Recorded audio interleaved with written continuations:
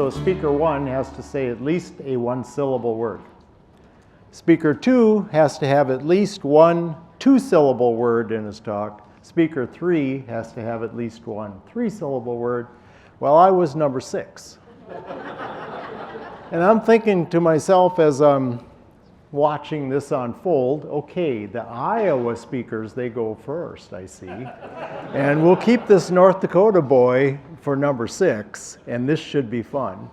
Well, by accident, I did get a 6-syllable word. Do you remember what it was, Seth? I would hope you won't. I hope you don't. You got a life, right? So the word was trafficability. And we were talking about cover crops and being able to drive in a field, a wetter field, and by accident I said trafficability, and everybody's going, 1, 2, 3, 4. Yeah, I got 6. So that was my introduction. Anyway, all good. So thank you for today. Looking forward to visiting with you a few things. So this would all be a lot easier if we could consume the nutrients directly out of the soil. Wouldn't that make a lot of this go away if we could do that as humans, But instead we have to go through a plant or an animal, okay? And so then it makes it a bit more challenging. And I think also with that, I'd be remiss if I didn't mention, it's based on dynamic soil properties. And the soil survey people within USDA many years ago put the dynamic soil properties together in a somewhat usable manner, and it was called soil quality. But it never got traction, okay? And so eventually, as we started going down this road, everyone's got their own reason, right, why they went down this road, and eventually we started to describe principles. And so I described them for USDA in the Northern Plains. You write a description for each principle for your neck of the woods or your farm. And so even to this day, I always advise, if you're going to use soil health principles, write a description.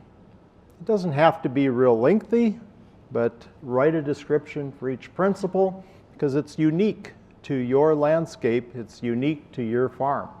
And so I think it's a really good place to start. My wife Kathy is with me today also, so if she comes with me, then I'm more likely to maybe leave Bismarck. Otherwise, I'm not so likely to leave Bismarck. I don't like traveling, and I like being at home, but if we go together, then it's okay. The two of us together now are just about one person. And so as we've gone into our 70s, we found it's not like being in the 70s. So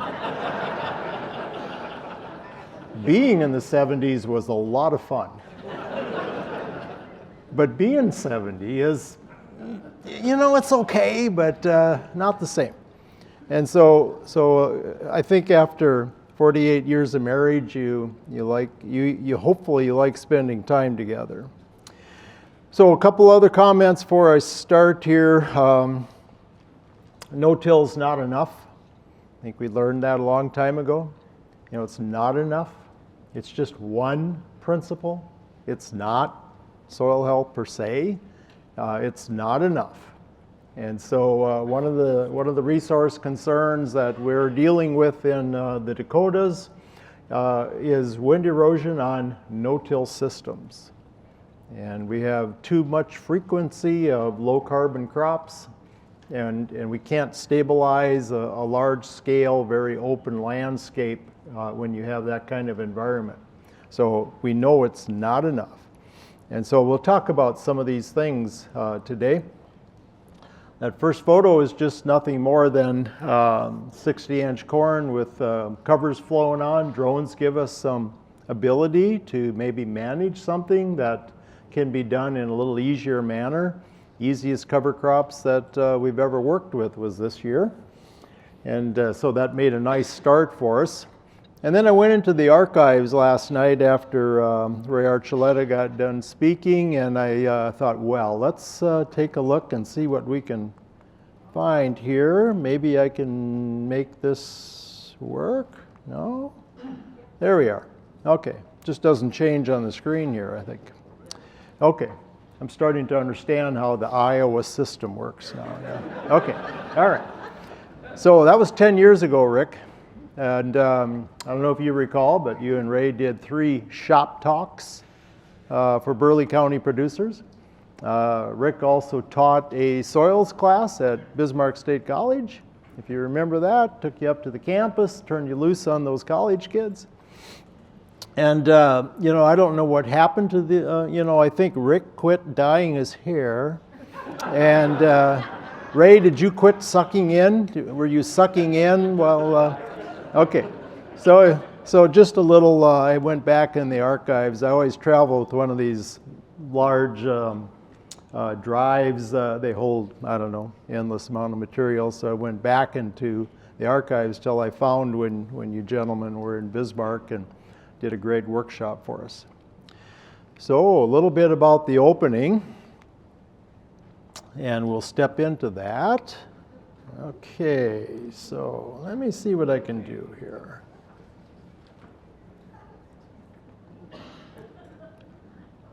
Okay.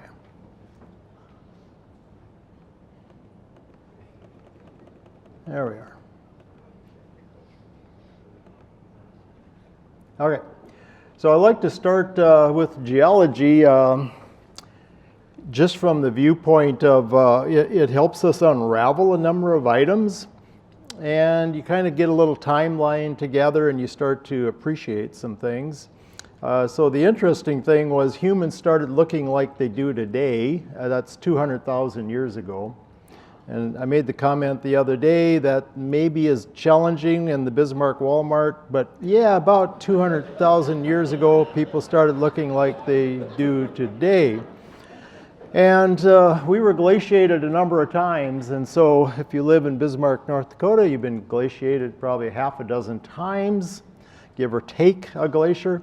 And so you start to understand that the Red River Valley, you know, starts in northeastern South Dakota and extends through the eastern part of North Dakota and extends up to Winnipeg and gets much larger when you get into Manitoba.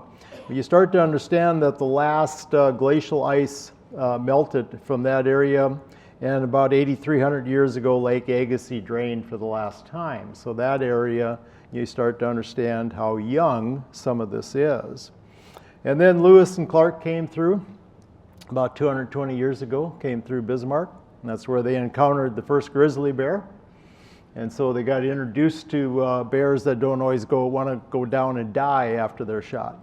And so they that was their introduction in that area. But at that time, due to the fur trade in northeastern North Dakota, which came in through the Hudson Bay, right? So it came in through the Hudson Bay. There was some agriculture starting at that time.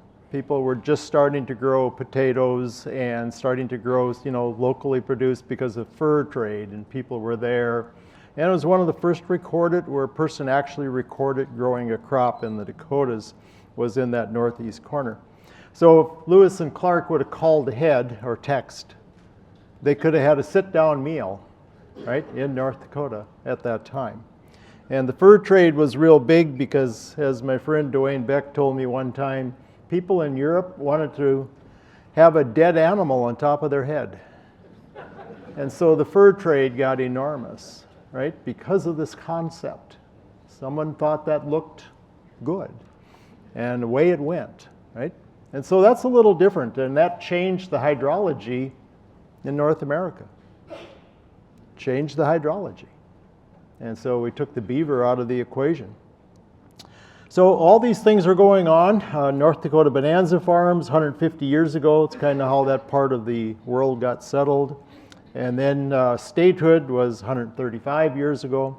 North Dakota and South Dakota, the Dakotas got split in half, went into statehood on the same day.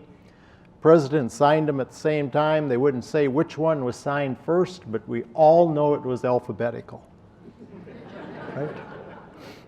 That's what I always tell my South Dakota friends. Okay, and then about 70 years ago or so, I came along on this timeline, and you start to understand how fragile, as Jerry mentioned, how fragile that is.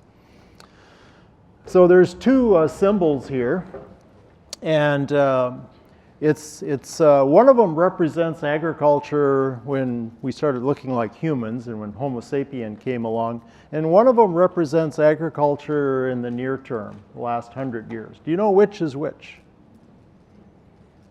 So for most of our existence, we were a loop, and we recycled and we recycled and we recycled. And then one day we got very linear. And everything kind of went in one end of that pipe, and it came out of the far right side of that pipe as a yield, for instance. And if the yield wasn't enough, what did we do to the other end of the pipe? We had to push something more into it, right, to make something more come out, right? And when we did that, there was spillover impacts from pesticides, from fertilizers, from erosion, and was there consequences from that? Initially not so much, but then as we went along, we started to realize, yeah, there is a big consequence for this, okay? So when we revert back to grass, so we're, if you look at the change in a 5-year period, so we have these rotational perennials at the Minokan farm, and I took the soils data at the start when it was cropland yet and getting ready to go to 5 years perennial, managed grazed, and then I took it again at the end of 5 years. It basically started moving the pH back to neutral. It improved my soil organic matter.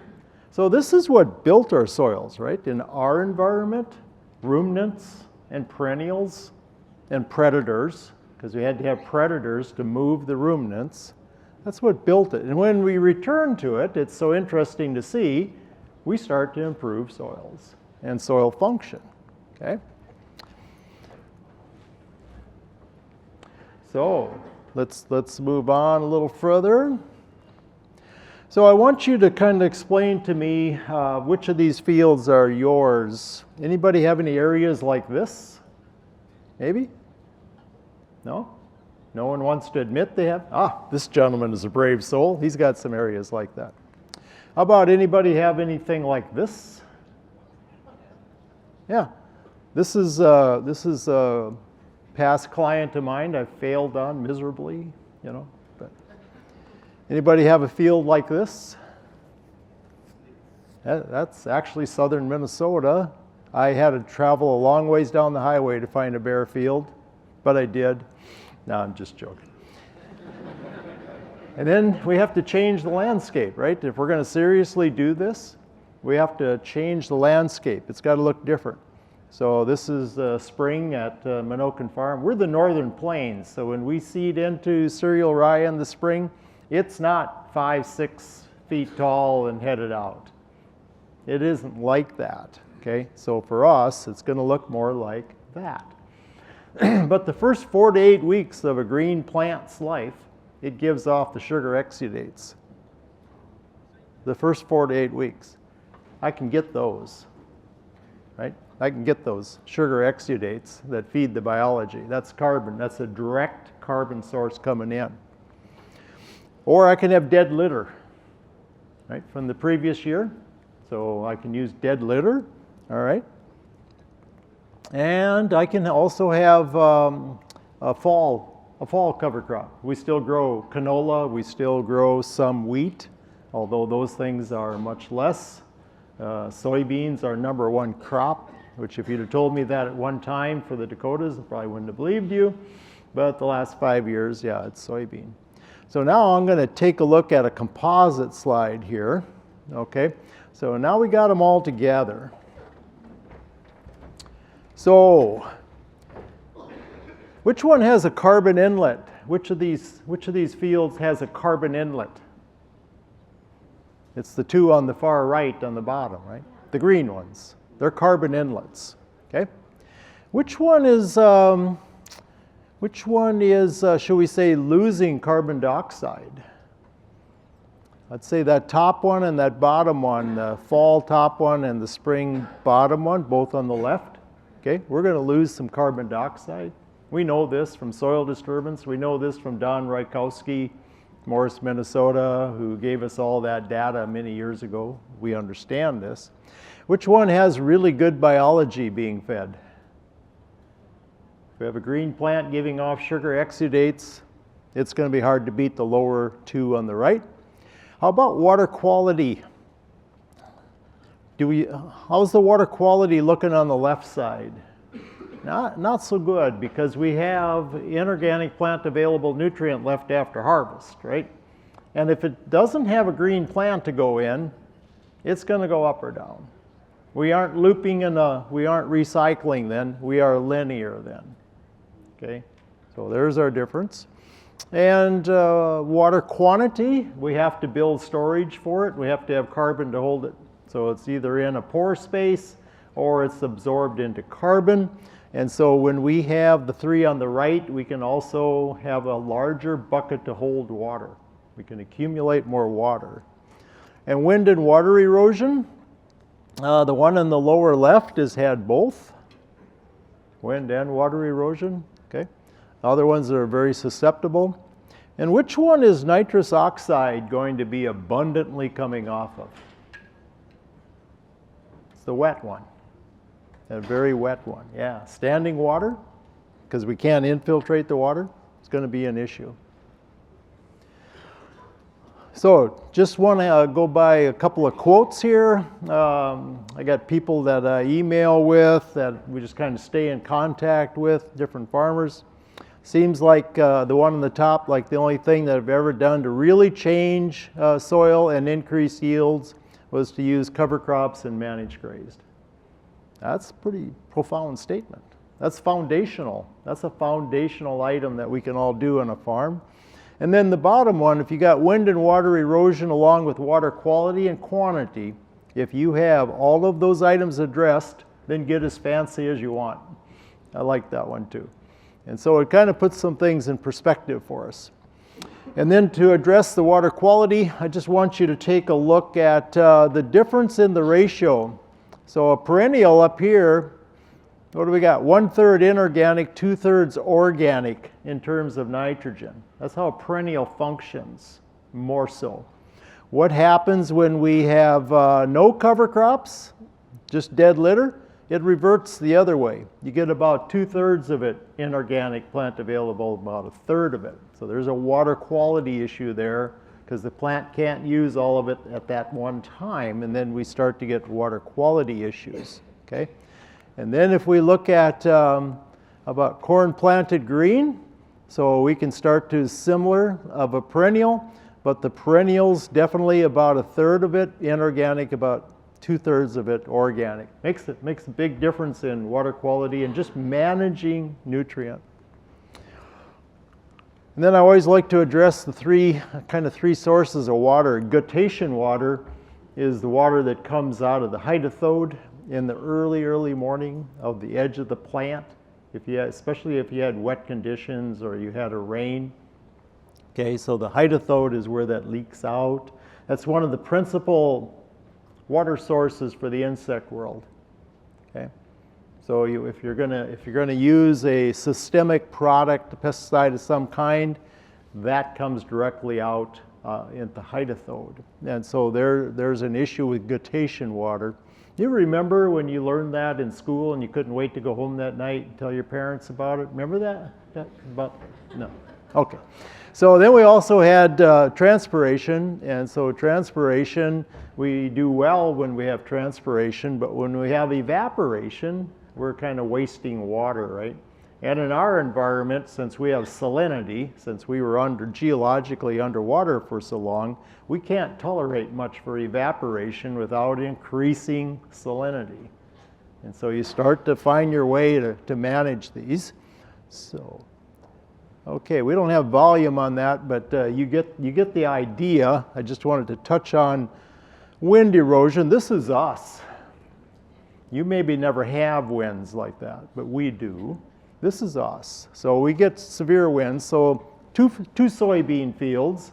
The one on the right was my neighbor. He's a no-tiller, but now he's also a vertical tillage guy. And so the vertical tillage, one pass on the left, we planted them green.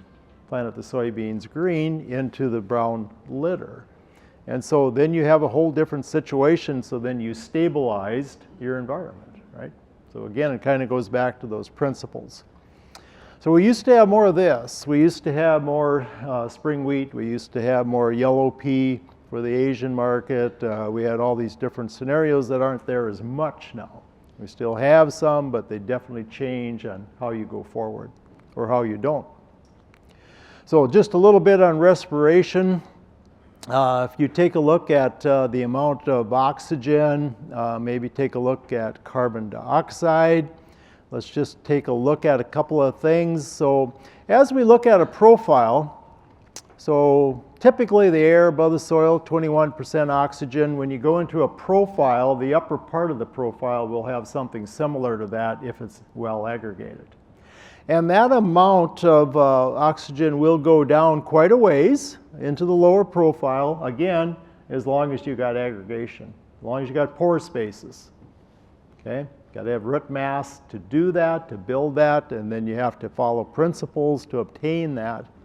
But the other thing I found so interesting on carbon dioxide, there isn't a lot of carbon dioxide in the atmosphere, but there's this amount typically, 0.035%. We might have 10 times that amount in the soil. The soil air is much heavier laden with carbon dioxide. So we don't always think about the atmosphere differently than the soil air, but they are different. 450 parts per million is typically, if I take my CO2 meter at the Minokan farm, maybe 450, 460, right in there, okay? What's your breath? Because we expel CO2, right? Your breath is around 35,000 parts per million. That's kind of gives you an understanding. So if you talk to a plant, and you've heard people say, well, I talk to my plants, and they respond. They probably do. Depends how long you carry on the conversation, right? All right, all right. So I do some, took some water. I took city water, rainwater, and I took some vermicompost leachate on 2 different concentrations, and I just did Salvita for respiration to see, do they respire? Does this water respire? Well, the city water, as we would expect, respired very little. That's potable water, it's treated water. But it had to come 15 miles to get to that tap, and it went into a container. So there is a little bit of respiration. What about rainwater? Yeah, rainwater's got way more respiration. What about the leachates? Yeah, they do, and a higher concentration, definitely. So does it respire liquids? Absolutely. And of course, we're usually putting in root mass or we're putting in soil.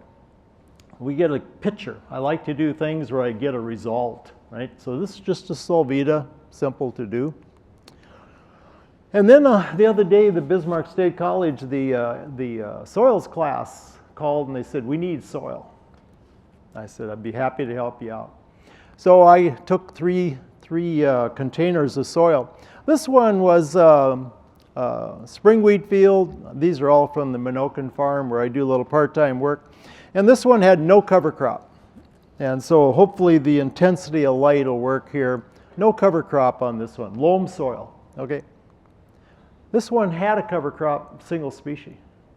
Notice I got a little bit darker look to it because I got the carbon exudates coming in, right? I had more time to harvest CO2, more time to bring carbon in.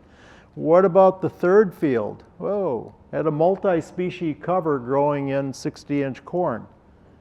A number of different plants, plant diversity. Everyone has a little different exudate. Brings in a more balanced meal. So now we're looking at just those 3. I had them sitting on the kitchen table at home, and I said to Kathy, I said, look at these soils, and she got so excited about it. And I said, we got to take these pictures, all right? So we took these pictures, and yeah, they tell a story, right? And then from there, I brought them up to the college, and they're going to run all their analysis. And so I also use a nice item that doesn't cost me anything, but it's called VES.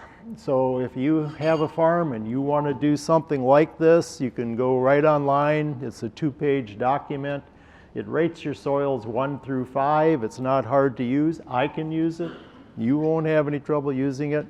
I like something that puts it in perspective, so I use VES, a low score. You want 1s and 2s, but it's on sight, it's visual, and it's on feel, okay? And so you use those 2 items, and when you do this, I also combine it with 2 sieves, a 1 millimeter and a 2 millimeter, and you sieve out aggregates like right here, okay? And you sieve those aggregates out, and then you put them in a little water, and then you can tell if they're water-stable aggregates, right? Sometimes you see that on a soils test. Water-stable aggregates, what percent, okay? So this is just in the microscope, this is what those aggregates look like, right? They're all little oddly shaped particles, and they're all between 1 to 2 millimeters. You put those 2 little sieves on top of each other, and you put the little soil in the 2, you put the 1 right underneath it, and you shake the bejesus out of them, and then you set aside what's left in the 2. If it's smaller than 1, it came out as dust on the bottom. You're done with that part. And then you end up with some real nice aggregates. So I take VES, I take the aggregates, I do something like this. 10 fields at the Minokan farm, I put them all 10 in a row, because when you have them where you can see them all, they start to fall into place, right? You start to see. And you can go ahead and do VES. And if I have a tie to break, then I take the same soil and I sieve them and I see if they're stable. You can see this one up here in the far upper left is not so stable. Okay, see how the aggregates dissolved? But other ones stayed very stable, especially if they were in a perennial or had a cover in them. And so it's just things you can do to help yourself find your way on this, okay?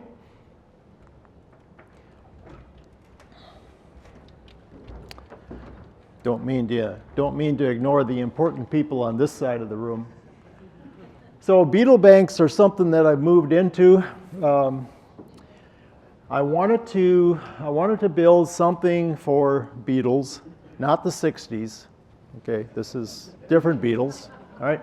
So I wanted something for beetles because it's such a large component, and I feel we don't have food in a home. If we don't have food in the home on a landscape, how can you expect them to be there to function for you, okay? And so it's a biological pest control. You can get about 750 feet effectiveness. You get a little raised area. It can be as long as you want. It's 6 feet wide. Mine is 300 feet long, 6 feet wide.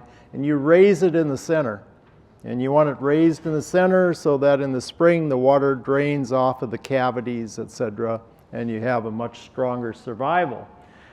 And these are the species, so I wanted all native species, so I got 5 native grasses. They're native to our neck of the woods, and I got 5 native forbs, flowering forbs. So you start putting these together. And so with that, you start to create a landscape where they can do their life cycles. And so the beetles are, to me, are really important. And if you want to go into the urban world, which we find we need to, in the urban world, I don't call this a beetle bank. I take 3, 4, or 5 plants as plugs, okay? And I package them up and supply them to urban folks for their backyard, and I call it a beetle bump. Okay, see how clever that was, right? So you get a little raised area in the backyard, you get those plants on there, that's a beetle bump. And then you spend the rest of the summer observing the life in it. And there will be a lot of life in it, okay? So we have the largest irrigated crop in the US to address. And a beetle bank and beetle bumps is one way to do that. What's the US's largest irrigated crop? Kentucky bluegrass lawn, right? That's our largest. That's larger than any other irrigated crop. Should we not make an impact in it? We need flowering plants in it, plant diversity. one more Kentucky bluegrass lawn is probably not what we need. Okay? So this is one way to move into that. And then we start to understand their life cycles, and one reason I'm doing this is because of beaver, bison, passenger pigeon, more recently dairy, beef, and hogs. We don't have the best record, right? We don't have the best record. We've taken most of this off the landscape. I think the beetles might go the same way, or they'll start in bits and pieces of them. And so we start to look at this, start to understand the elytra. So if you look at this, you see how they have a hard shell, and that hard shell, they raise that hard shell up, and guess what? Underneath is the wings. You know, that's not their wings that you first see. You know, that's just the protective zone. So these are the ones I picked out, and I told Kathy, I said, I'm excited to start with these. There's lots of them, but these are kind of common ones for us, okay? So it's a start to build back for your farm, right? You build it back. So I just want to walk through this quickly. These are operations that I was on this past year. I still do a little bit of part-time work. If they haven't run me out yet and they still are willing to talk to me, then I'll still do a little part-time work with some people. So Blackleg Ranch, we had a tour there with the National Association of Conservation Districts. Huge group. And we went out onto the native grasslands, and the day before, and we identified and flagged 25 plants. So when people are there, it's a tour stop, they can go ahead and observe all the diversity on native grasslands. Okay, well, it just so happened where we stopped to talk to the group, there were 3 different milkweed, native milkweed plants, 3 different ones, just right standing there. And right on cue, there was a hatch. And there it came. And you've seen this when they first evolve, how they do this. Have you seen that?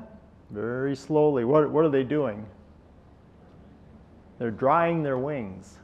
Can't fly, right? Too heavy. Wings are wet. And right there he was, drying his wings. And I thought, man, if that doesn't describe life, right? And food in a home. So that was at Blackleg.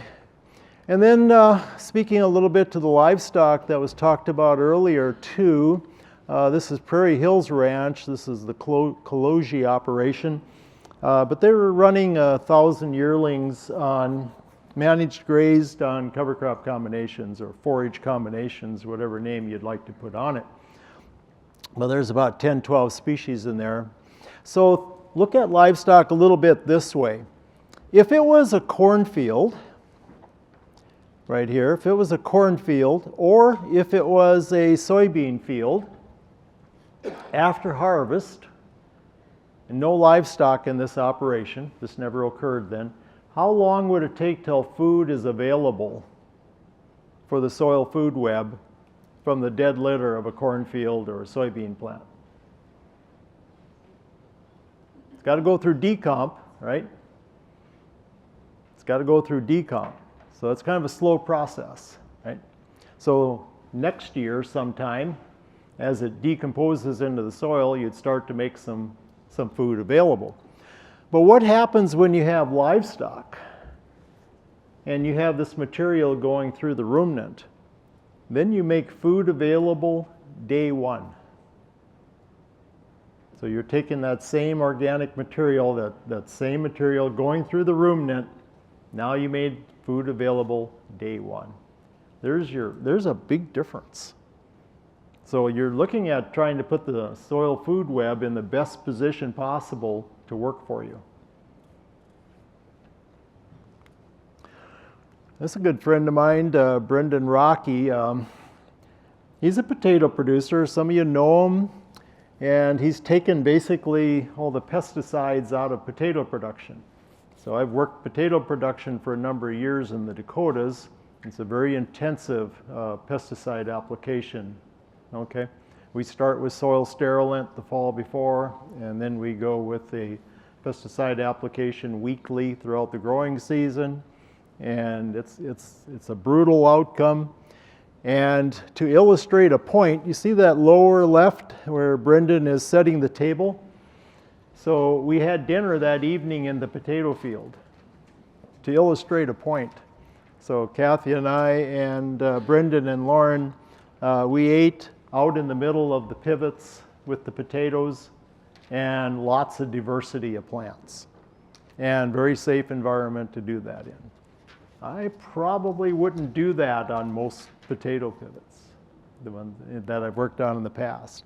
So diversity drove it all. So he's got diversity in the potatoes, he's got diversity alongside them, and he's got lots of diversity to drive this thing. So then on August 10th, we had our Crops, Covers, and Cows event, and we were on the Bauer operation. And Rick, you might remember Glenn Bauer, maybe not. Not sure how your mind is yet, if you're still, fully functioning. Okay, but they were a really diverse, crop diversity was their thing. You take a look up here, all this diversity up here in the upper left, and then combine it with cover crops, and then combine it with a long-term system. And then take a look where I circle these two spades. You notice the one I'm holding on the right is quite a bit darker, and the one that is next door is suffering a bit because it doesn't have that diversity. It just has two crops in its rotation plus vertical tillage. There's a huge difference just in the appearance of carbon that's in those two soils. But diversity drove it. And then we have some people like the Lozinskis in North Dakota. They're in between Bismarck and Minot. They're one of our grocers for Kathy and I. So we get flour and we get barley from them. And I just circled them right here. And they have diversity in their system. And so it's one of the reasons I'm interested in using them as a grocer. And so we do that. And then just some thoughts kind of bringing us toward an end. So we're trying to put a biological leg onto nutrient management. So these are just things that are in the process, right? And so I extract a vermicompost leachate, and we use that in the high tunnel production. So you can see that right here. It drives our high tunnel. Okay, and you can kind of get an idea on the fungal and the bacterial end of it. 370 species were identified in there, and we do that at the molecular DNA lab at Shallow-Water, Texas, and gives us a nice printout. And I started out small. I just started out with a small extractor, okay, and so I'd get the leachate. The worms are underneath the alfalfa, and they're consuming the compost, the completed compost. Got to have something they can eat. They got no teeth, right? So they got to have something they can consume. I use the rainwater, and that runs the high tunnel. Okay, so that's kind of how I got started. And I inoculate all the seed before planting with the leachate, and then usually a couple operations during the summer. And then if you have an outbreak of aphids, I mix a little bit of, I take the leachate and I mix a little bit of molasses with it because of course the aphids don't like the higher sugars. You're artificially creating a higher Brix level. I'm cheating a little bit, but I'm not above that.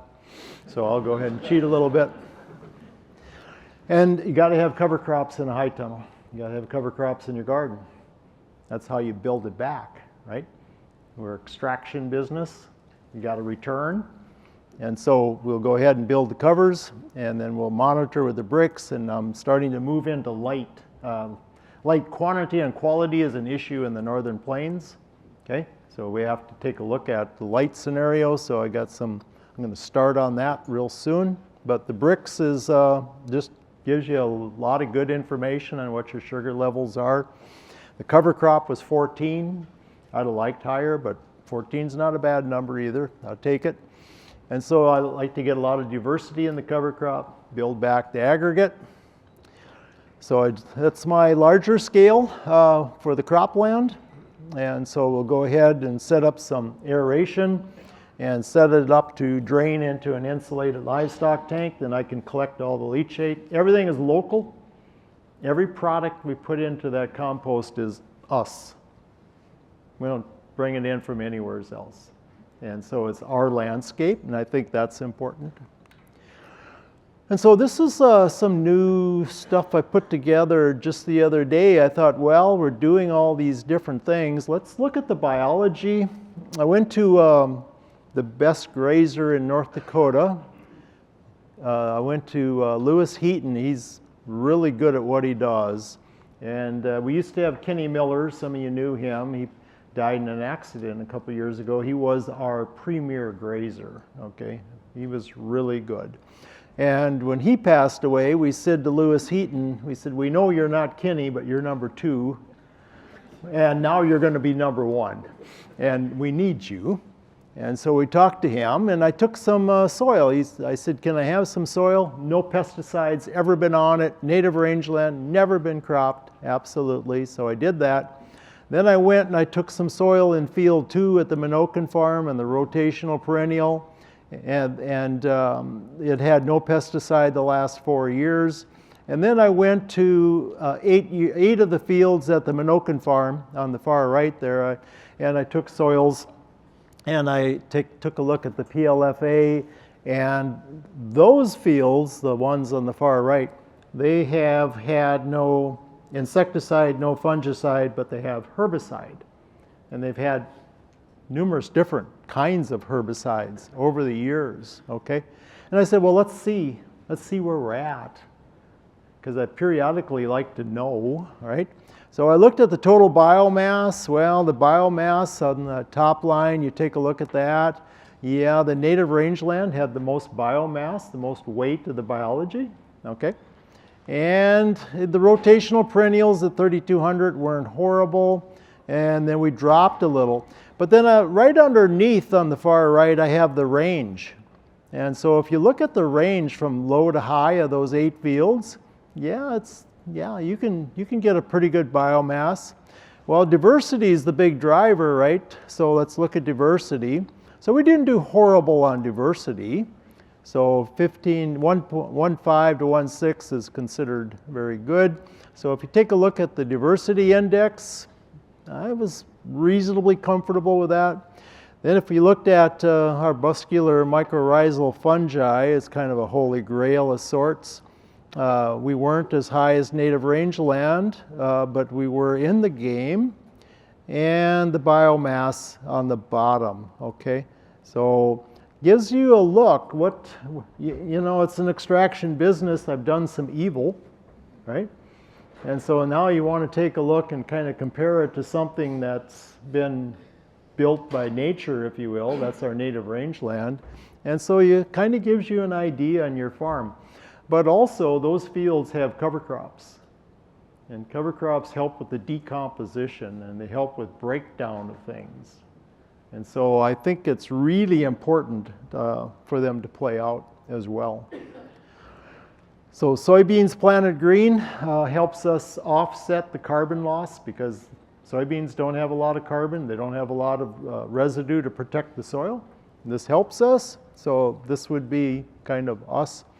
And in terms of the corn, we try to have the corn growing in the covers 60-inch. So just a little comparison here to kind of close with is there a difference when we have covers in or we don't have covers in a growing season in the corn? Yeah, if you compare those, about double.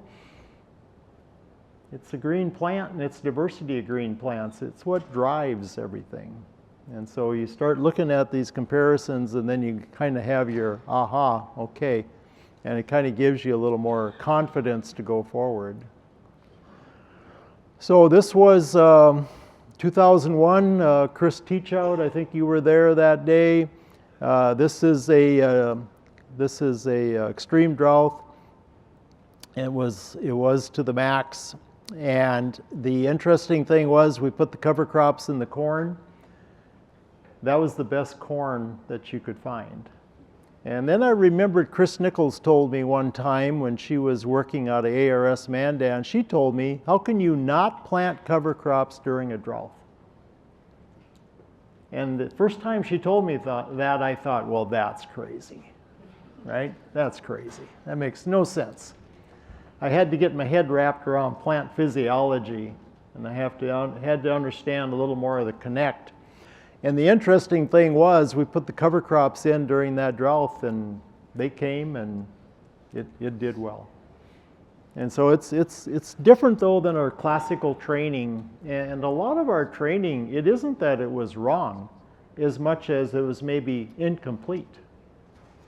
And so we didn't always have all of the items that were involved. So more gratitude, less attitude. That would help us, right? And that's where I went to high school, Strasburg, North Dakota. And right behind that elevator was Lawrence Welk's farm. And so in 1968, I was a big fan of Tommy James and the Shondells, yeah, right, 1968. And Lawrence Welk would come to the high school, and we'd all go down to the gym, and there would be polkas and waltzes for a couple hours. And he would come every year. And I wasn't old enough to appreciate it, to appreciate the magnitude of what he did, you know. And so, but yeah, I think that's a pretty good motto right there. Some pretty good books for you. The Soil Human Health Nexus by Ratan Lale. I'm reading that one right now. That one's pretty good. The Buffalo Harvest by Frank Mayer, well worth reading. Short book. It's one of those books you get done, you say, well, that was way too short. My good friend John Sticka, I think Ray, we would agree, he's probably a keeper. So John Sticka and I worked together in the 80s. Neither one of us had any idea what building a soil meant. But you know, you got to start somewhere. And so just a list of books that you can take a look at. So.